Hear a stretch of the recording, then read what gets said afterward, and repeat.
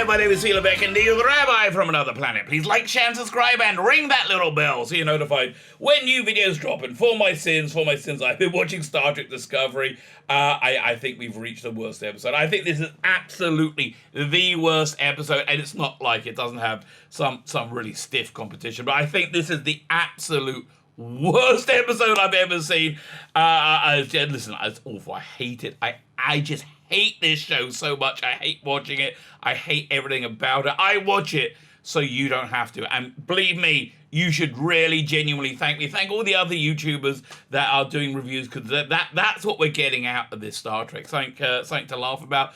But don't watch it. It's so bad. I mean, it's so unbelievably bad. I'll be going through that in detail. In this video. Before we get into it though, can you hit the like button? That'd be great. Can you hit the share button? That'd be really good. Can you hit the subscribe button? That would be just fan-dabby double dozy. And the thing I would like you to click most is, look, Star Trek Discovery is awful. It's absolutely awful. If you want some good entertainment, go check out my Indiegogo. There's a sign up list happening. I got 2 graphic novels over here that will be offering. Both of them are like, listen, saying it's better than Star Trek Discovery doesn't really say much, but it's so much better. Oh my God, in so many ways. So listen, I got the email sign-up list going. If you can add your email address, I'm not going to share your emails with anybody. Obviously, it's all like, I think I get in trouble if I do that. You get a little bonus, one of these, what's it over here, for the male gaze art cards. Free with any purchase. There is a package where you get both graphic novels and all art cards. If you sign up and you do that, you get another one, a special one. We're going to do like a chaser one. So yeah. So if you can do that, be great. And hit the subscribe button. Also, of course, if you subscribe, you can enter my competitions. The prize this week is Judge Dredd, the complete police crime files. Is it? Police case files, volume 17. This has like a full year's worth of Judge Dredd stories in it, from both 2018 and the Judge Dredd magazine. It covers the fantastic mega epic by Garth Ennis called Judgment Day, where there's all the judges around the world have to get together and fight off a horde of the living dead created by this evil necromancer called Sabat. So therefore, the hashtag to enter this competition, you have to subscribe to the channel, and in the comments leave the hashtag Sabat Shalom. Sabat Shalom. Go check the video notes. It's below the link to the Indiegogo. Go check out the video notes, and it has everything you need to do to enter and win that competition right there. So anyway, SCT is back. Oh God, it's so bad. Okay, finally. So this is Unification Part 3. Awful. They think they're being clever by like tying it into a TNG 2-parter. That wasn't really that good. I'm telling you, look, most of the TNG crossovers with the original series, I mean, some was good. The Scotty one was freaking awesome. I love that. Unification, just as I remember, was just really to lead into Star Trek 6. Remember, Leonard Nimoy had this line that says, "I am responsible for what happened to Captain Kirk," and this was just before Star Trek 6 came out, right? And so you go, "Oh, what happened to Captain Kirk? Better go see it." But that's basically what it was. A promotion. It was a promotion for Star Trek 6. It was an okay episode. Had okay ideas, but Unification Part 3. This is more. If they're going to give it a more accurate title, this episode should be called "Women Crying in Space" and being stunning, and brave. So, what makes this episode so absolutely awful? I would say, it's the casual, everyday awfulness of it. Like, the whole thing is just terrible, replete with all the tropes that we've come to know and hate in Star Trek Discovery. But there are standout awful bits. There are 2 absolute standout awful bits that kind of get like lost in the sea of general awfulness, that we have going around. So we start with the recap as always, and it's always a bad idea because you're reminding how much I genuinely hate this show, right? I hate Book ship. It looks awful. It looks stupid. And I don't like Book himself. He's a bargain basement. Idris Elba, fine, shanghaied into this abomination. He seems like a reasonable actor, but like every black guy in America, in the entertainment industry, doesn't have access to a full range of roles. I'd love to have conversations with black actors and ask them when was it worse? Was it worse in like in the past in the entertainment industry or in the present? Also, because in the past you were like, again, the roles if you're black is.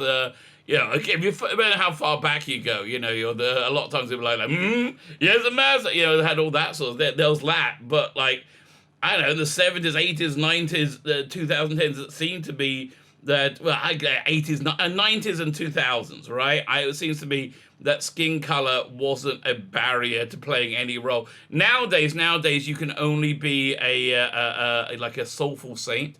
That's mainly if you're a woman and you've got to do a lot of breath, like, oh, how did you, which Burnham does a lot in this episode. She does that a lot, but the soulful saint acting. Or you can be a victim, or you can be, if you're a man, you can be an emasculated cuck. Okay, that's basically your choices. If your skin happens to be black, you can't play an accountant. You can't play something normal. No, that's the 3 roles that you're allowed to play. So I would love to talk to black actors and say, when was it worse? When was it worse?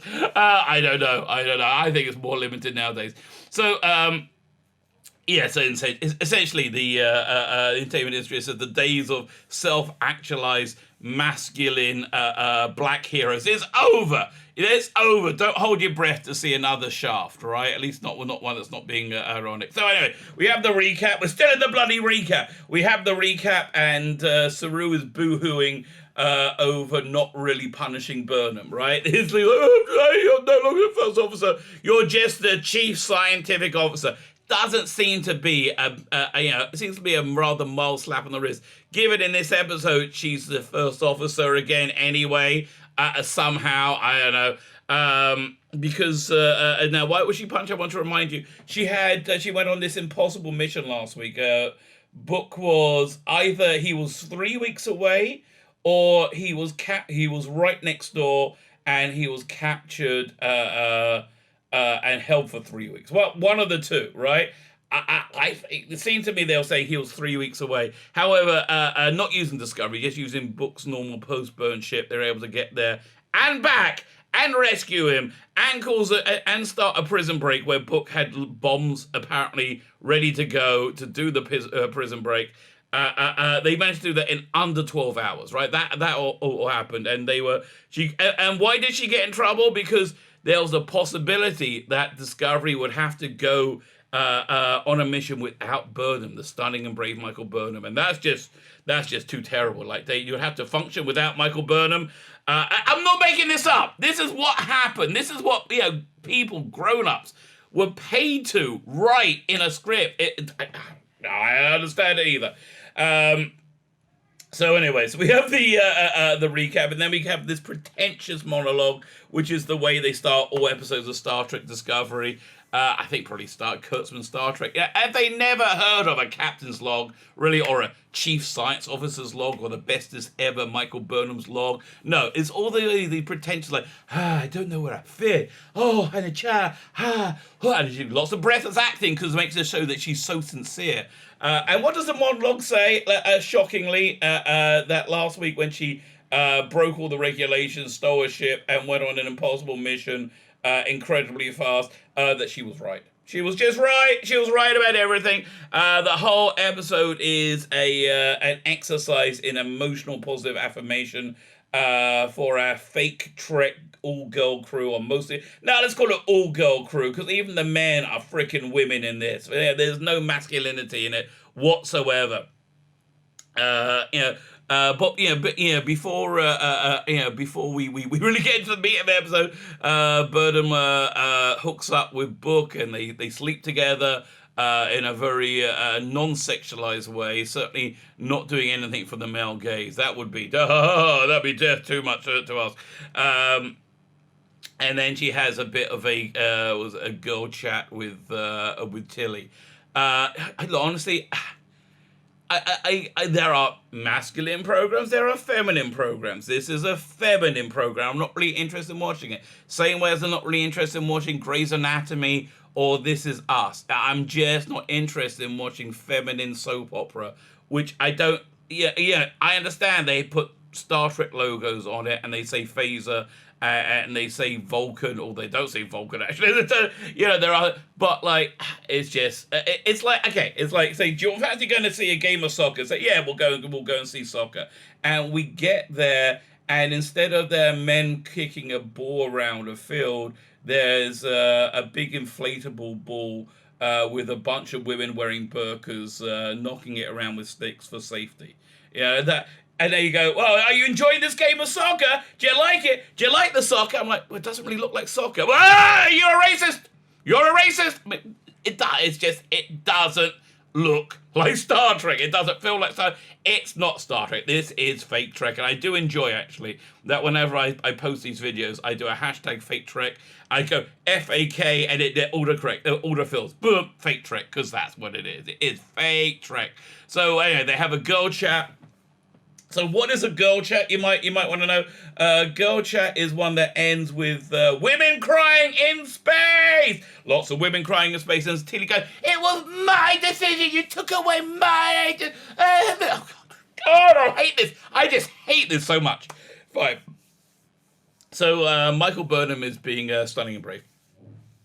And she's worked out a major piece of information about the burn that, like, nobody else in the universe can work out. That it's just her. It's just her who can work it out. But nobody. Yeah, they've been looking into this for 130 years. A teams of the best scientists in the world for generations have been looking at this. Burnham turns up and goes, "Oh, well, let's do this." And none of this is questioned, right? None of this is like, well, that's a bit weird. No, because it's Michael Burnham. And she has to be the best as ever. Okay, so she worked out this. Because she broke regulations. She got the data. She knows roughly where the burn comes from. But she needs a rabbit's foot, right? She needs the rabbit's foot to find out where exactly it is. Yeah, so a MacGuffin. She needs a MacGuffin, which they're calling data. So the data they want is from a Vulcan science project that existed in her time, or she knows about somehow, and still exists now, and that should have recorded the data, right? The SP-19. I don't know. Okay, it doesn't matter. None of this matters. None of this is Star Trek. So they're off to Vulcan to get a MacGuffin. Okay, essentially a MacGuffin. Now, if you want to say that the Discovery could come up with a unique insight into analyzing the burn, you could have done that actually. That contemporary science couldn't. They're 1,000 years out of time, out of space. Maybe their technology they uses works in a different way to modern technology, and they're able to uncover science. But no, they don't do that. No. It's just Mikey Burnham. Mikey Spock is stunning and brave, and that's it. And that's basically everything of this awful show. Vulcan is now called Navarre or something. And Vulcan has changed its name because they're now reunified with the Romulans. Now, this in of itself, I think, isn't a bad idea. I think this is actually pretty interesting idea. But here's the tragedy of current Trek. It's kind of like a white cashmere sweater that gets an ink stain on it. The whole thing is ruined. Listen, let me give you a more graphic example. Let's say you have your favorite food. Let's say your favorite food is banana cream pie, right? Banana cream pie. And somebody gives you a banana, you sit down, you better eat. Before you can eat it, a disgusting homeless man who reeks of urine and vomit rushes over and masturbates over your cream pie. Man, right over the cream, and Jesus, over everything. Right? Now, there is a corner of the cream pie, the banana cream pie, that doesn't have disgusting, smelly, homeless man jizz on it. You gonna eat it? Is that tainted for it, or is it no? You're still okay. You're not gonna eat it. The whole thing's so that's basically what it is. So you get like reasonably good ideas, right? And they have a few. But when you put it in this like feminized fake Trek with this unbalanced and almost certainly mentally ill central character, those good ideas just get tainted, much like your cream pie covered in homeless man jizz, right? It's pretty much exactly the same thing. So the idea of reunification is a good one, particularly in this like semi-JJ universe where Romulus was destroyed by the supernova, but Vulcan wasn't blown up by Eric Bana. I guess you could say that's like this was the Prime universe, and then it went back to there's another universe now, which is the JJ verse. Fine, but yeah, despite the footage of Leonard Nimoy, which they member bury in there very uncomfortably. This isn't the original Star Trek universe either. I mean, firstly and foremost, the original Star Trek universe isn't shit. That's the big one. That's actually quite a big one. Secondly, it's not feminized fake Trek, which is what this is. Man-hating Trek, masculinity-hating Trek. So I don't care how much you tie in this completely unrelated series. In my mind, is still doesn't make it Star Trek. So anyway, I think basically what they're doing right now is they're saying that very clearly that this is not the JJ universe. Fine. But again, this doesn't make it the original universe either. Who knows? Who knows? Or who cares? Who cares? I'm not interested in this whatsoever. I don't know why anybody who likes Star Trek would be interested in this. I mean, unless you just like that logo or you like the look of the ships, right? So fine. So Vulcan, Navier, or whatever it is, has left Starfleet as they believe that they caused the burn, right? Using this scientific project that Michael Burnham knows about, because Michael Burnham has to be the center of frickin' everything. The center of everything. That project was set up to work out alternative dilithium supplies or dilithium alternatives, as dilithium was running out by then anyway, right? So, which actually, that seems to be quite an important plot point. So they're convinced that whatever that they were working on, that's what caused the burn. So they don't like Starfleet at all because Starfleet pushed them to do it, and because they're running out of resources, and that's why this rift happened. So this project is now very culturally sensitive. Nobody wants to give any of the data to the Federation because it's just the worst thing ever. So basically for the last 100 years, Starfleet hasn't spoken to Vulcan or Navier, whatever you want to call it. But now you got Mikey Burnham. Mikey Burnham is the bestest ever. She is the turnkey solution to every freaking thing, because Mikey Burnham is here to save the day with all the emotional complexity and resonance of Mighty Mouse. So Spock is revered on Vulcan as the person who started reunification. Fair enough, I can go with that. And Burnham is Spock's sister, and so she's going to be welcomed with open arms. However, there is just a slight little thing they might have forgotten, that despite she's Spock's sister, she also have her existence erased, and they're not allowed to talk about it at all. Remember, that's how they explain that Spock never mentioned Mikey Burnham before, because no one's allowed to talk about her at all, right? So how do people know about her? She's a crazy woman showing up. Now, you might say, well, listen, that was in the past, but nobody's going to remember that ancient lore. That was 8 episodes ago. 8 episodes ago, they established that nobody knows who, okay? Nothing matters. So, who cares? Let's watch a clip of, Leonard Nimoy. We'll roll out a quick clip of cosplay Spock. Thankfully, it's with his beard, because without his beard, it's like Ethan Peck looked nothing and felt nothing like Spock. Ethan Peck is no Zachary Quinto. Let's be clear.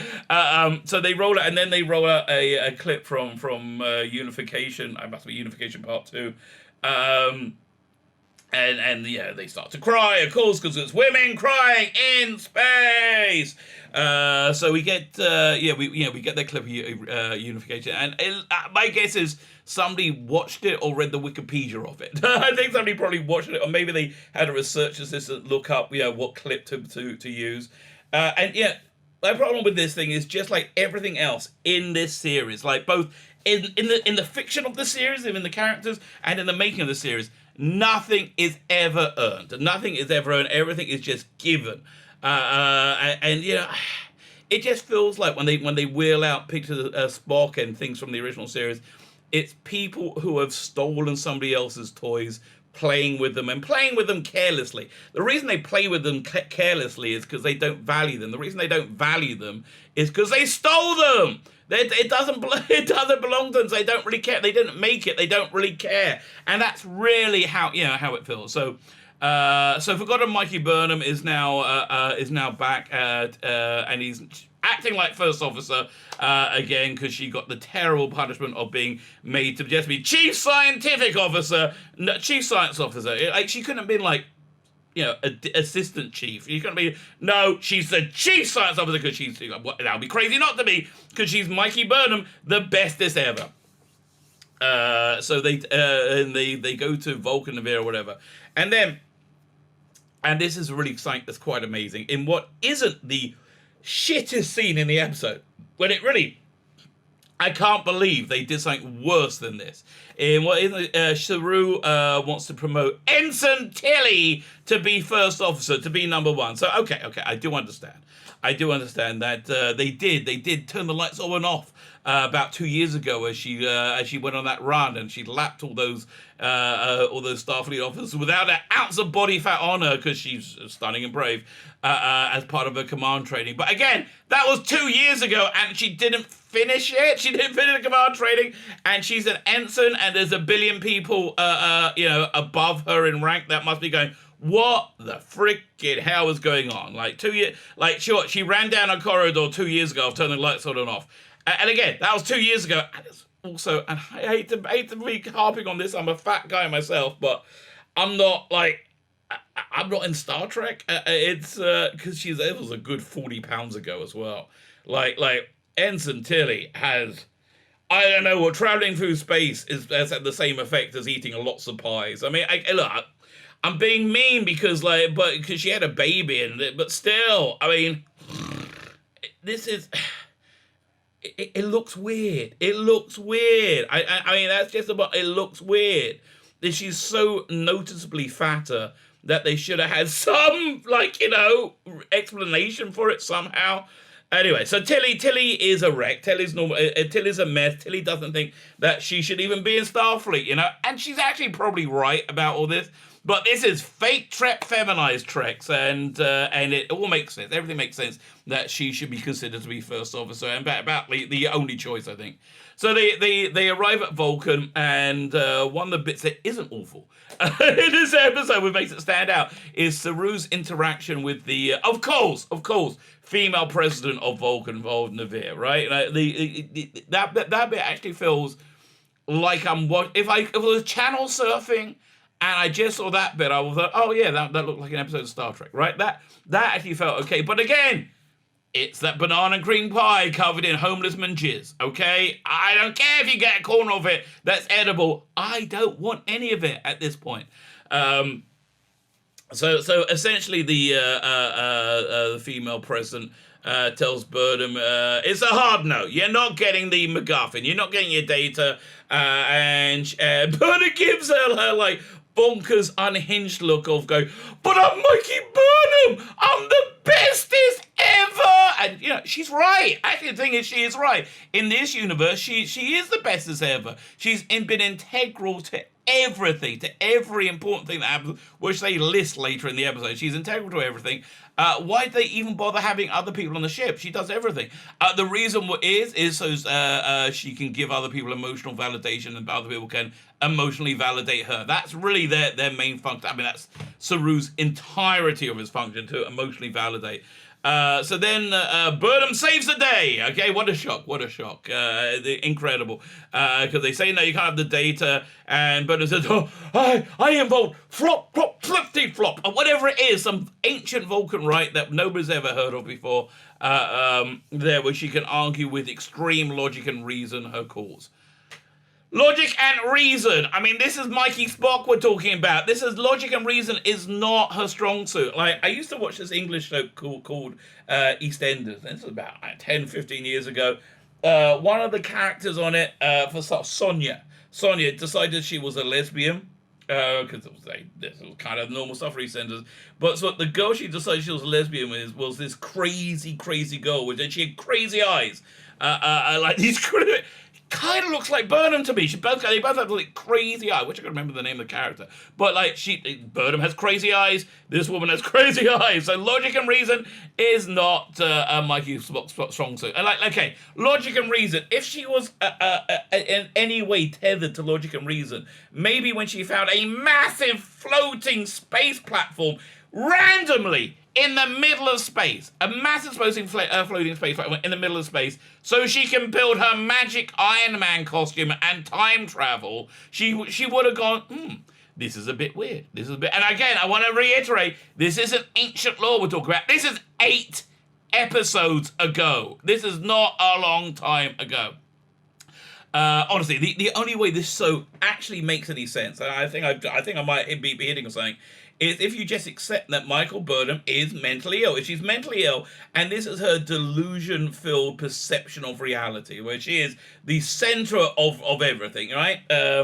So she claims plop, plick, plop, whatever, and the science board she has to convince beams over, and then Burnham gets an advocate from that Romulan sect from the Picard show. And again, this the reunification stuff is good. It makes sense post Romulus, but who cares? Who cares? So they beam over, and she gets one of those warrior nuns with swords that like chop up people who are armed with phasers and bulk, whatever. She gets one of those to be an advocate, and she beams over, her face is covered. And I go, oh, this somehow is Mikey Spock's mother. It's not gonna.